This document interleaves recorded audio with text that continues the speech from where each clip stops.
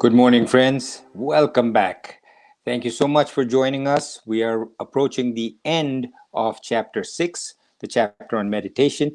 And I was just explaining to Lou that try to get as much done in the next two episodes so we can then move on to chapter 7. So today Hi, Lou, how are you? Very good. How are we doing this morning? Good, good. With this new system, I don't see you. So when that happens, I forget to actually bring you in. To my apologies. No worries whatsoever. Just sitting here at the front of the class. Okay, good. So verse 33. Now, all this time, Krishna has been talking about, how it's necessary to control the mind and stop it from jumping around and all this thing. Now, for the next two verses, Arjuna speaks. Arjuna says, basically says to Krishna, all of what you say is good, well and good, but it's not easy. It can't be done in the long run. Maybe you can do it for a short period of time. So, and then Krishna gives a very good answer. So here it is. Verse 33, Arjuna asks, this yoga of equanimity taught by you, I do not see its enduring stability owing to restlessness. What he's really saying, and what this next, from verse 33 to 39 in chapter 6, the author, Vyasa, is basically reassuring us, because our question in our mind should be, or can be, will be, can a restless mind be controlled? We know when we sit down to meditation, our mind is rushing all over the place. So essentially, what Arjuna asks on behalf of us is, can a restless mind be controlled? And Krishna, he says, you said the mind is chanchala and asthira, jumps like a monkey from one branch to the next, can't stop jumping. And even when he's sitting still, he's always fidgeting. That's how the mind is. The mind is restless, it's unstable, it's incessant movement, insatiable like fire, demanding all the time, disturbing. How can you tell me that I can control it permanently? And Arjuna says, yeah, maybe the mind can be controlled for some time, but I don't see it being controlled for a long time. And he continues his question in verse 34. Verse 34 says, the mind, verily, O Krishna, is restless, is turbulent, it's strong and obstinate. I consider it to be as difficult to control as the wind. He analogizes this to the wind. We've all seen when there are hurricanes and tornadoes, the wind is so powerful, it can really just rip up a house or a building and toss it into the air. Right.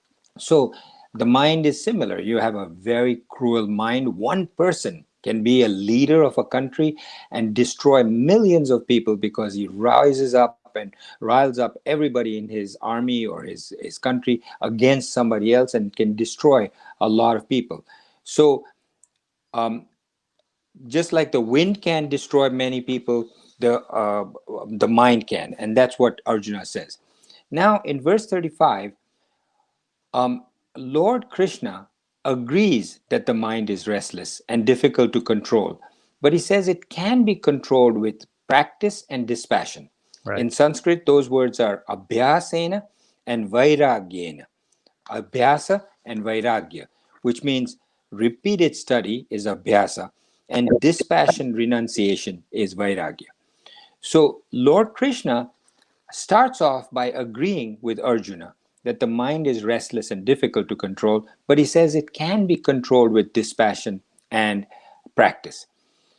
So there's two lessons to be learned here.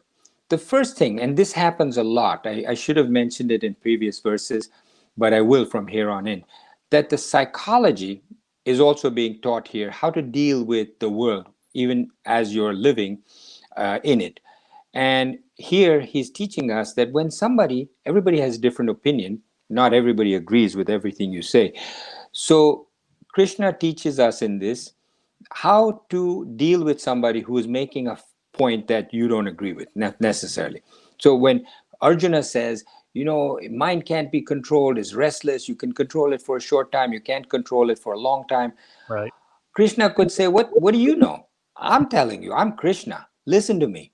And that usually would lead to an argument. Right. So what he does here very deftly, very tactfully, he starts off by saying, I agree with you that the mind is restless and difficult to control.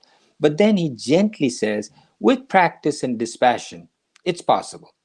So he's teaching us a technique in our day-to-day life that whether it be with your spouse, with your boss, with your coworkers, when somebody says something, maybe this is something for us to practice. Instead of saying, I don't think this is possible. How do you say that? I argue with you. It's definitely possible. I disagree with you. It usually ends up in fights between people. Right. So that's one thing. Then Lord Krishna says, with abhyasena and vairagyena. With abhyas means repeated study. When I was a kid, parents used to say, and elders used to say, abhyas. Abhyas means study. I always thought that to mean just study from textbooks. But here it means study to get rid of your habits, for instance, Right. and dispassion and renunciation. Now, vairagya, renunciation, can't be done with willpower. So that's a misconception that I also had, that vairagya meant, renunciation meant that you just have to steel yourself and say, I'm not going to do this. But it actually comes more easily with knowledge. As you gain knowledge, you're able to renunciate and have dispassion towards those things that attract you much more easy. To develop a new habit takes time, but it can be done. Habit can be done through abhyasa and vairagya, through repeated study and dispassion. If we change our conviction on something, right? You say, I love sweets. And Hmm. you say, I do like sweets, but they're not good for me. I shouldn't be eating sweets. That conviction about sweets being good for me because I like them can be turned into saying, these appear sweet, they appear good, they appear nice to me, but they're really poison for me because I have severe diabetes. I'm Right. heavy, I'm obese. My doctor says I've got to lose weight. This is not good for me. Through vairagya, you can develop, through knowledge of that, dispassion towards those sweets.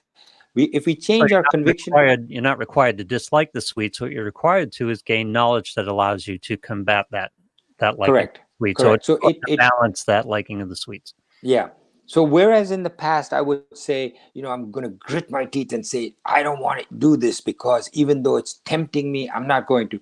You develop more knowledge for why you shouldn't be wanting to do that. So if we change our conviction, then we can change our mind. If I can convince the mind that only the self is real and that the pleasures of the world are like a dream that just go away when you wake up, we can start to change in your activities. No way am I saying that we are going to achieve self-realization in this lifetime. But as you will see in the next 5 or 6 verses, what Krishna says to Arjuna is, even if you don't get self-realization in this world, whatever you have accomplished is going to give you tremendous benefits in the next life. That it's not a waste of whatever you've accomplished. So, whatever steps you take to go upwards benefit you. So, you're able to draw your mind away from the world, then it actually becomes an upward cycle. As you draw your mind away from the world, you can do more study, more abhyas, more practice, and your mind comes under more control. You start studying on your own, you start serving other people, your desires start to drop. So all of that ends up in this upward cycle. And I can tell you this from personal experience. Where I was compared to where I am now, huge difference within myself. Hmm. And I don't want to go into more further details. I mean, I want to convince all of you how good this is, but it's obviously not something that you might be interested in. One of the points to this, I think, is that this isn't a light switch type proposition, and it's not zero sum. It's not a matter of you're either self-realized or you're not. There are gains and positive positions to be taken all along the path to self-realization, right? You get better as you go. So true. I again use an example of my grandchildren that, as you start teaching them and as they start learning, you recognize that they may not be at point Z or Z at this time, but Right. even just to go from point A to point D makes a huge difference. There's an improvement with each step that they take. And so that's what's happening with us. With each step that you take towards self improvement, your personality becomes calmer, you become less anxious, you become less depressed, Right. you can focus better, people start to like you, people start to trust you, and your motives are not selfish. and you can just find peace at certain points in the day. And we're so awash in stress and sins and vasanas that anything we can do to help calm that, even for periods of time during the day, is going to help us immensely. Not only do you personally find so much more peace, but you can recognize that people around you tend to find themselves trusting you more, finding more peace and happiness in them as they interact with you. There's a huge difference you're making both for yourself as well as for people around you. Yes, lots of gains to be made here. Yep. So thank you, Lou, and we will continue next episode, and at that time we will conclude with chapter 6 and move on to chapter 7. All right, Gita's Memoirs as a Psychiatrist on the Facebook page if you want to message us and talk to us, and we encourage that you do that. If you're on the Facebook page and want audio-only podcasts to carry with you in the car and your commute, or to just back up and catch up with episodes, Apple Podcasts, Google Podcasts, Spotify, those are the big three, but several other outlets as well. Just check on your favorite podcast outlet, and we'll see you next time, right? Yes. Thank you so much.